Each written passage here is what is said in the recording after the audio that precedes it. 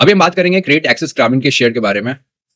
अभी इस शेयर के लिए बात करने का पर्पस ये है कि ये शेयर जो मेरा दो बेंचमार्क होता है फॉर इन्वेस्टमेंट और फॉर शॉर्ट टर्म और medium term trading, the stock has to meet the technical as well as the fundamental parameters. तो अगर जिन्होंने जो पहली बार मेरा वीडियो देख रहे हो, तो मैं जब स्टॉक को पिक करता हूं तो technically I evaluate on the basis of डाउ थ्योरी, और टेक्निकली मैं उसे इवेल्युएट करता हूं बेस्ड ऑन क्वार्टरली परफॉर्मेंस, या फिर अगर कोई मैनेजमेंट का कॉन कॉल होता है तो इन दोनों चीजों को मिक्स करके मैं डिसाइड करता हूं कि इस स्टॉक को मुझे ट्रैक करना है या फिर इन्वेस्ट करना है या फिर ट्रेड करना है या नहीं करना है। ठीक है, अभी मैंने क्रेडिट एक्सेस ग्रामीण का जो एनालाइज किया, होलिस्टिक एनालाइज किया based on the technical and fundamental, तो मैं अब इस स्टॉक को ट्रैक कर रहा हूं और मोस्टली मैं इसमें इन्वेस्टमेंट करूंगा। ठीक है ना। अभी क्रेडिट एक्सेस ग्रामीण है क्या, इसके बारे में मैं आपको फंडामेंटल जब मैं बताऊंगा, पहले मैं टेक्निकल की बात करूंगा, फिर मैं फंडामेंटल की बात करूंगा। और फंडामेंटल में ना मैं आपको एक लेमैन की तरह बताऊंगा कि ये स्टॉक में अभी क्या अच्छा हो रहा है कि प्राइस जिसके कारण ऊपर जा रहा है। ठीक है, क्रेडिट एक्सेस ग्रामीण अगर नहीं पता हो तो ये इट इज एनबीएफसी फर्म और इसका स्पेशलाइजेशन है एमएफआई में। एमएफआई क्या है? एमएफआई है माइक्रो फाइनेंस लेंडिंग। अभी माइक्रो फाइनेंस लेंडिंग जो समाज का जो सबसे निचला तबका होता है, मतलब द बॉटम ऑफ स्ट्रेटा पे, जो जिनको कहते हैं, मतलब जिनको रोज खाना है, जो भाई बहन को रोज खाना कमाना और खाना रहता है, उनको वो उस सोसाइटी को ये कैटर करते हैं। एंड दो ये कैटर करते हैं, but they are the King Kong of micro finance industry in the NBFC space. अगर आप माइक्रो फाइनेंस में इनका शेयर देखो, so that is close to 6.5 to 7% का इनका शेयर है। तो एनबीएफसी एमएफआई स्पेस में they are the market leaders. अब हम टेक्निकल्स की बात करते हैं। तो देखो, ये शेयर है ना, ये इस शेयर ने एक अच्छा खासा पैसा बना के दिया है अपने शेयर होल्डर्स को। आप देख सकते हो, ये पॉइंट है, यहां पे स्टॉक ने टॉप बनाया था, मतलब जैन 2024 में, और यहीं से if you track micro finance industry ना, तो यहीं से इश्यू शुरू हुआ था माइक्रो फाइनेंस इंडस्ट्री में। मतलब असेट फट गए थे, मतलब बहुत सारे प्रोविजनिंग करनी पड़ी, बहुत सारे राइट ऑफ करने पड़े, क्रेडिट कॉस्ट बढ़ा, तो उसके कारण इफ यू सी ना, तो सारे के सारे एनबीएफसी जो एमएफआईज में थे, उनको अच्छा खासा उनका पोर्टफोलियो फटा और उनका बहुत सारे कंपनीज को कैपिटल रेज करना पड़ा, कुछ को लॉसेज हुए। जो मुझे क्रेडिट एक्सेस ग्रामीण के बारे में एक और अच्छी बात लगती है ना, विच इज कि this is the only MFI NBFC जिसने दो इशू हुआ माइक्रो फाइनेंस इंडस्ट्री में, बट इसने एनुअल बेसिस पे लॉस बुक नहीं करा। सिर्फ अगर आप दिसंबर 2024, if I am not wrong, yes, दिसंबर 2024 का अगर आप निकाल दो तो वहीं पे एक नेट लॉस हुआ था, बाकी किसी भी क्वार्टर में इससे लॉस नहीं हुआ। ठीक है, अभी हम बात करते हैं, देखो टेक्निकल पे थे, तो देखो यहां पे टॉप बना और उसके बाद ये कंपनी लगातार lower low and lower high का स्ट्रक्चर बनाई जा रही है। आप देखो टिल दिस पॉइंट, अक्टूबर 2024 के आसपास यहां एक डबल बॉटम लगता है। ठीक है ना, और डबल बॉटम लगाने के बाद अप्रॉक्स फरवरी 25 में एक वीकली चार्ट्स पे एक टर्न अराउंड आता है क्रेडिट एक्सेस ग्रामीण में। ठीक है, उसके बाद अगर आप देखो फिर ये स्टॉक वही हायर हाई और हायर लो बना के जाया जा रही है। ठीक है, आप बस मेरे मार्कर के मूवमेंट पे ध्यान देना, आपको पूरा समझ में आएगा। ठीक है, अभी हम यहां पे देखते हैं, यहां पे ना एक इस पॉइंट पे एक बियर ट्रैप हुआ। आप पूछो कैसे? टिल दिस पॉइंट जो स्टॉक का मूवमेंट था वीकली चार्ट पे, वो हो रहा था हायर हाई और हायर लो, लेकिन यहां पे आप ये जो स्विंग लो देखोगे, इस स्विंग लो से नीचे है, तो यहां पे बना लो swing low as compare to the previous swing low. ठीक है, तो इसे कहते हैं लोअर स्विंग लो। ठीक है, लेकिन तो देखो, जब ऐसा पैटर्न बनता है ना, तो सेलर्स को लगता है कि स्टॉक गिरेगा। ठीक है ना, जो टेक्निकल से फॉलो करते हैं, तो स्टॉक को डाउन ट्रेंड में जाने के लिए अब क्या बनना चाहिए था? लोअर लो बनने के बाद इससे फिर एक लोअर हाई बनना चाहिए था। ठीक है ना, बट स्टॉक ने लोअर लो बनाने के बाद फिर एक नया हाई बनाया। तो यहां पे क्या हुआ? यहां पे सेलर्स ट्रैप हो गए। मतलब जो क्रेडिट एक्सेस ग्रामीण का शेयर है, तो इसने एक लोअर लो बनाया, बट इसने चूंकि फिर से एक नया हाई बनाया, स्विंग हाई, तो ये स्टॉक अभी अप ट्रेंड में चल रहा है। ठीक है, ये मैंने आपको स्ट्रक्चर वाइज बताया कि स्ट्रक्चर क्या है स्टॉक का। ठीक है, अभी देखो इस यहां का हाई है 1496.70 और ये इसने बनाया 1.1, ये है 1497। ठीक है, अभी हम समझेंगे कि क्योंकि मैंने आपको क्या मैं कि स्टॉक को ट्रैक कर रहा हूं और मुझे अगर इसमें इन्वेस्टमेंट करना है तो मैं कैसे करूंगा, मैं आपको अपने लिए बताता हूं। ठीक है, अभी आप देखो, ठीक है, यहां मैंने एक लाइन मार्क कर दिया which is 111, 4 times 1, it is 1111। ठीक है ना, ये मेरे शेयर के लिए, मेरे ट्रेड के लिए अगर मैं लेता हूं तो एक स्टॉप होगा। अगर प्राइस इसके नीचे जाता है और डेली क्लोजिंग होती है तो मैं इस स्टॉक से निकल जाऊंगा। अभी इस स्टॉक को बाय मैं कहां पे करूंगा, तो मैं इसकी प्लानिंग बता रहा हूं। अगर ये स्टॉक, देखो क्या होता है ना, जो प्लानिंग होती है ना वो डायनेमिक होगी, वो ऐसा नहीं है कि मैं जैसे बता रहा हूं वैसी ही होगी, ठीक है ना। तो मुझे जहां तक लिमिटेड लग रहा है वो ऐसा होगा। मैं यहां पे मूविंग एवरेजेस लगाऊंगा और देखो मैं इस स्टॉक को, मैं मार्केट से बताता हूं, इस एरिया में बाय करने की कोशिश करूंगा, ठीक है। इसका रीजन क्या है? इसका रीजन ये है, मैं एक बार ये इस मार्कर को हटाता हूं, हम देख पाओगे। इसका रीजन ये है कि जो रिसेंट स्विंग है वो यहां पे है। तो मैं अज्यूम कर रहा हूं कि प्राइस 1230 के आसपास आएगी। प्लस अगर आप देख सक रहे होगे ना, तो सारे के सारे जो मूविंग एवरेजेस है उनका यहां पे ना एक तरीके का मिलन हो रहा है, मतलब ऑल आर कमिंग टुगेदर। तो सारे जो प्राइस नीचे गिर रहा है और सारे जो मूविंग एवरेज है वो प्राइस के नीचे है, तो वो एक डायनेमिक सपोर्ट की तरह काम कर रहा है। तो मैं क्या करूंगा ना, मैं प्राइस को यहां पे आने का वेट करूंगा। अभी थर्ड मैं क्या करूंगा, मैं थर्ड जाऊंगा डेली, मतलब आवरली चार्ट पे। अभी ध्यान सुनना, आवरली चार्ट में मुझे एक टर्न अराउंड चाहिए प्राइस एक्शन में। वो कैसे होगा? वो ऐसे होगा कि जब आवरली चार्ट में जब हायर आई और हायर लो बन जाएंगे। अभी आवरली चार्ट में क्या बन रहा है, चूंकि यहां पे एक फॉल हो रहा है, तो आवरली चार्ट में मैं आपको दिखा देता हूं एक बार। जो आवरली चार्ट में आप देख पा रहे होगे, देखो आवरली चार्ट में आप देखो, यहां पे आपको समझ में आएगा, ठीक है। आवरली चार्ट में अभी बन रहा है lower low and lower high, ठीक है। जब आवरली चार्ट में हायर हाई हायर लो बनेगा, मैं ट्रेड ले लूंगा, पहली बात। और मेरा स्टॉप रहेगा 4 times 1, मतलब 1111 ऑन क्लोजिंग बेसिस। और ये मुझे जहां तक लगता है ये 1230 के आसपास आना चाहिए। तो मेरा मोटा मोटा स्टॉप लॉस बनता है 10% का, ठीक है। अभी आप बोल सकते हो कि स्टॉप लॉस इतना बड़ा है, मतलब 10-11% का स्टॉप लॉस। आज तो लोग, मतलब जो बहुत प्रो ट्रेडर होते हैं, मैं देखता हूं सोशल मीडिया पे, वो तो 0.5 ईओडी लगा के करते हैं ट्रेडिंग। भाई अगर आप वैसे ट्रेडिंग कर रहे हो ना, तो वो फिर तुक्का ट्रेडिंग है, पैसा आपका नहीं बनेगा। आप अपना जाके पीएनएल देख लेना, और जो लोग वैसी ट्रेडिंग करते हो ना, उनका पीएनएल आप मांग लेना, पैसा बनेगा ही नहीं वैसा। मतलब स्टैंडर्ड डिविएशन तो आपको लेना ही पड़ेगा ना, मतलब।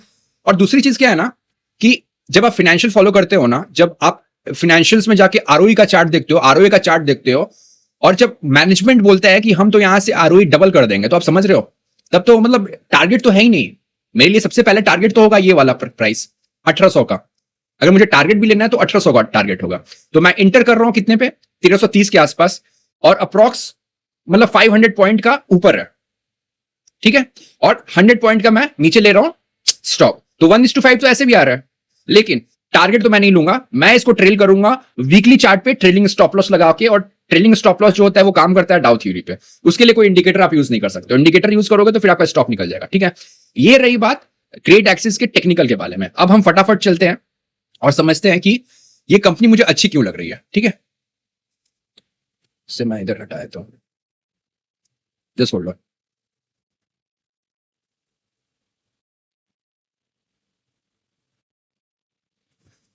देखो अभी आपको दिख रहा होगा, ये क्रेड एक्सिस ग्रामीण का मैंने क्यू ऑन क्यू का परफॉर्मेंस लगाया हुआ है। सबसे पहला जो मार्क है वो है असेट अंडर मैनेजमेंट, ठीक है। Just hold on, yes. Asset under management में क्यू ऑन क्यू बेसिस पे 11.4% का इंक्रीज हुआ है, विच इज गुड। अभी एसेट अंडर मैनेजमेंट क्या होता है, this is nothing but just the loan book. तो क्यू ऑन क्यू बेसिस पे 11.5% का मूवमेंट आ रहा है, अपवर्ड मूवमेंट आ रहा है, विच इज गुड। अभी मैं आपको बताता हूं हुआ क्या था ना इस कंपनी में। Q4 FY25 में, मतलब FY25 में कंपनी ने एसेट अंडर मैनेजमेंट, मतलब लोन बुक में कोई ग्रोथ ही नहीं करा। रीजन क्या था कि मार्च 2024 के बाद से जो स्लो डाउन आया माइक्रो फाइनेंस सेक्टर में, उसके कारण कोई भी जो प्रूडेंट कंपनी है वो लोन बुक का ग्रोथ करने के बजाय अपने असेट क्वालिटी को, मतलब प्रोविजनिंग ज्यादा करेगी, एनपी ज्यादा बचाएगी, ना कि रैदर डिसबर्समेंट करेगी लोन का, ठीक है ना। तो ये एक बहुत क्रूशियल क्वार्टर है फॉर ट्रेड एक्सिस ग्रामीण, जहां पे एक अच्छा खासा ग्रोथ दिखा लोन बुक में। That is the first thing. दूसरा हम बात करते हैं एनआईए। एनआई क्या होता है? ये होता है नेट इंटरेस्ट इनकम। मतलब ट्रेड एक्सिस ग्रामीण ने, मतलब जो लोन बांटा उस पर जो इंटरेस्ट आया माइनस जो उन्होंने बोरिंग उठाई हुई है उस पर उन्होंने जो इंटरेस्ट पेड करा, उसका समेशन होता है, that is net interest income, ठीक है। नेट इंटरेस्ट इनकम बढ़ा है 9.2%, विच इज अगेन गुड। अभी यहां पे ध्यान से देखना, आपको दिख रहा होगा ये non interest income, non interest income. ये क्या होता है ना कि एक तो जो बैंक एनबीएफसी होती है ना, वो एक एनआई से पैसा कमाती है और एक नॉन इंटरेस्ट इनकम से पैसा कमाती है। जो अच्छी कंपनियां रहती हैं ना, जब बुरा समय होता है तो वो नॉन इंटरेस्ट इनकम ज्यादा फोकस करती है, जैसे प्रोसेसिंग फी, ठीक है। दूसरी चीजें होती हैं कि आप जब कोई टीपीपी मतलब थर्ड पार्टी प्रोडक्ट की सेलिंग करते हो, लाइक आपने अगर लोन लिया होगा तो आपने देखा होगा बैंक्स और एनबीएफसी आपको चिपका देते हैं इंश्योरेंस का प्रोडक्ट, तो वो होता है। तो आप वो देखो, वो इनका कितना ग्रो किया है Q on Q, that is 46%, which is very good, ठीक है ना। तीसरा चीज है पीपीओपी। पीपीओपी क्या होता है? पीपीओपी कुछ नहीं होता है, ये होता है प्री प्रोविजनिंग ऑपरेटिंग प्रॉफिट। जो हमारा इनकम होता है बैंक का, वो क्या होता है? समेशन होता है NII, net interest income plus non interest income, ठीक है, उसका समेशन हुआ, माइनस होता है इसमें कोर ऑपरेटिंग कॉस्ट, ठीक है, एक्सपेंसेस जिसको आपको कहते हो, इसमें सैलरी हो गया, आईटी हो गया, ये सब। और दूसरा होता है ऑपरेटिंग एक्सपेंस का part, which is non core, जिसको कहते हैं प्रोविजन। अभी प्रोविजन क्या होता है? प्रोविजन हम करते हैं फॉर द लोन्स, दोनों तरीके के लोन के लिए करते हो आप, स्टैंडर्ड के लिए भी करते हो, और जो आपका एनपीएस होने लगते हैं, मतलब स्टेज 3 एसेट, उसके लिए भी एनपीए, उसके लिए भी करते हो आप, ठीक है। तो यहां भी आप देखो तो 15% का इंक्रीज है। अभी आप पैट का फिगर देखना क्यू ऑन क्यू बेसिस, ये 35% से ग्रो कर रहा है। अभी आप बोल सकते हो भाई कि जो लोन बुक है वो ग्रो कर रहा है 12% से, एनआईआई ग्रो कर रहा है 9.2% से, तो ये पैट इतना अच्छा क्यों ग्रो कर रहा है? इसके दो रीजन हो सकते हैं। एक तो हो सकता है यील्ड इंप्रूवमेंट हुआ, वो हम समझेंगे, ये जो यील्ड है वो इंप्रूव किया हो, जिसके कारण स्प्रेड अगर बढ़ा होगा कंपनी का, that is the one reason. दूसरा ये भी हो सकता है कि provisioning Q on Q company ने मतलब कम कर रही है। अभी चूंकि प्रोविजनिंग कम हो गया तो ऑब्वियसली पैट का पार्ट बढ़ जाएगा, तो आपको दिख रहा है कि यहां पे एक ऑपरेटिंग लेवरेज भी काम कर रहा है, ठीक है ना। जीएनपीए और जो नेट एनपीए है उसमें भी आपको देखो, विच इज अ गुड, मतलब 20 बीपीएस पॉइंट का रिडक्शन है, which is good. Again what I have stated कि प्रोविजनिंग में 44 बीपीएस पॉइंट का कमी आया है। इसके कारण क्या मैंने बताया, देखो आपका पैट का जो फिगर है, प्रोपोर्शनेट फिगर, वो एयूएम में जो ग्रोथ आया है और जो नेट इंटरेस्ट इनकम में ग्रोथ आया है उससे ज्यादा आया है, ठीक है, ये बेनिफिट है। अभी हम यील्ड की बात करते हैं, तो इनका यील्ड Q4 FY26 में है 20.6%, ठीक है, and the cost of borrowing is 9.2%। अभी ध्यान से देखना, जो यील्ड है वो क्यू ऑन क्यू इंक्रीज कर रहा है, विच इज गुड। क्या होता है? Spread is equal to yield minus cost of borrowing, ठीक है ना। तो यील्ड बढ़ा, सही है, स्प्रेड हमारा डायरेक्टली प्रोपोर्शनल है, और जो कॉस्ट ऑफ बोरोइंग है वो डिक्रीज हो रहा है, राइट। जो मतलब ये तो डबल बेनिफिट हो गया ना, यील्ड बढ़ा, कॉस्ट ऑफ बोरोइंग कम हो गया। क्योंकि cost of borrowing inversely proportional होता है स्प्रेड के, तो यहां पे भी आपको बेनिफिट मिल गया। आप देखोगे इनका जो निम है स्प्रेड, देखो, यस, Q4 FY26 का जो निम है दैट इज 14.2%, और जो Q3 FY26 का निम है दैट इज 13%, मतलब 120 बीपीएस पॉइंट का इंक्रीज है भाई। And the same happens with the spread also, जैसे मैंने कहा था, ठीक है। ऐसा क्यों हुआ? आप समझ गए होगे, spread is equal to yield on advances minus cost of borrowing. मतलब जो स्प्रेड होता है, जो बढ़ना चाहिए, वो डायरेक्टली प्रोपोर्शनल है यील्ड्स के, और इनवर्सली प्रोपोर्शनल है किस चीज के? कॉस्ट ऑफ बोरोइंग के। क्योंकि आपका यील्ड बढ़ा और कॉस्ट ऑफ बोरोइंग घटा, तो ऑब्वियस बात है कि आपका जो स्प्रेड है वो इंक्रीज करेगा। आप देखो यहां पे इनका स्प्रेड भी 100 बीपीएस पॉइंट से बढ़ा है, निम भी 120 पॉइंट से बढ़ा है, ठीक है। होप आपको ये समझ रहा होगा, ठीक है। अभी हम चलते हैं दूसरे स्लाइड पे, वहां पे कुछ नहीं है, बस जस्ट होल्ड ऑन। यहां पे देखो आप, वही चीज है, मैंने एक्चुअली ईयर ऑन ईयर पे भी निकाला हुआ है। ईयर ऑन ईयर पे करने पे ना, आप देखो बैंक का जो बिजनेस है ना, दैट इज नॉट सिक्लिकल, ठीक है, ये सेक्युलर है। तो आपको जब भी स्टडी करना है, you have to go on the Q on Q basis, तब आपको रियल पिक्चर मिलता है। नहीं तो बहुत बार अगर आप ईयर ऑन ईयर का वेट करोगे ना, तब तो प्राइस कहां से कहां तक भाग जाएगा, मतलब टाइम वेस्ट हो जाता है, ठीक है ना। तो आपको यहां पे भी देखेगा जो भी इंपॉर्टेंट पैरामीटर्स है, लाइक एयूएम हो गया, फिर एनआई हो गया, जो भी हमने बात करी क्यू ऑन क्यू बेसिस में, सारे जगह इंप्रूवमेंट आ रहा है, ठीक है, राइट। अभी जो तीसरी बहुत अच्छी चीज मुझे लगी वो है कॉन कॉल में जो मैनेजमेंट ने कहा कि FY26 में हमारा जो एयूएम ग्रोथ है वो बढ़ेगा 20 to 25%, मतलब बेस रहेगा 20 और 25 तक जा सकते हैं। फॉर FY26 ओवर FY25 जो ग्रोथ था लोन बुक का वो है 14%, ठीक है। और अभी ये क्या बोल रहे हैं कि हम 20 to 25% बढ़ाएंगे, मतलब एक अच्छा खासा ग्रोथ देखने को मिल सकता है। अप्रॉक्स 50-60% का लोन बुक का ग्रोथ देखने को मिल सकता है, ठीक है। जो एनआईएम है वो रहेगा 12.8 to 13.2। वी कैन अंडरस्टैंड, देखो क्या हो रहा है ना कि इनका जो दो लोन बुक है ना, उसमें एक तो ग्रुप लेंडिंग है और दूसरा है रिटेल फाइनेंस, ठीक है ना।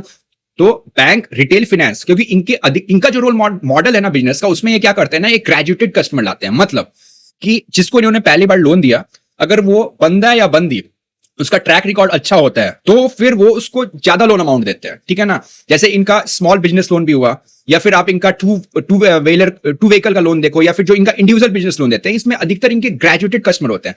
इसलिए आप देखोगे ना कि जो क्रेडिट एक्सेस ग्रामीण है ना, दो उनका लोन का mix as compare to most of its competitor वो ज्यादा अनसिक्योर्ड है, ठीक है, तब भी इनका जो असेट क्वालिटी पैट है वो ज्यादा अच्छा है। दैट इज द रीजन, ठीक है।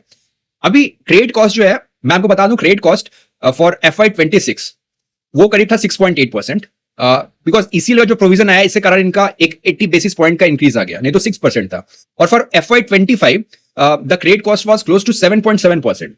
तो देखो FY26 ओवर FY25 में भी क्रेडिट कॉस्ट कम हुआ, और अभी ये बोल रहे हैं कि हम इसको 3 से 4% पे लाके दे देंगे। मतलब अगर 3% होता है तो ये तो आधा से भी कम हो जाएगा ना। अगर आधा से कम होता है क्रेडिट कॉस्ट तो आप समझो फिर तो पैट बढ़ेगा, ऑपरेटिंग लेवरेज आएगा। और देखो यहां पे मैंने लिखा हुआ है सबसे नीचे ROA 4 to 4.8 and ROE 16 to 20। अभी आप ध्यान से समझना, ठीक है। अभी इनका अप्रॉक्स जो ROE है, if I am not wrong, वो इसका आधा होगा, मतलब 8 या 10% का है, 10 या 11% मोस्टली पकड़ लेते हैं, ठीक है ना, 10 या 11% का है।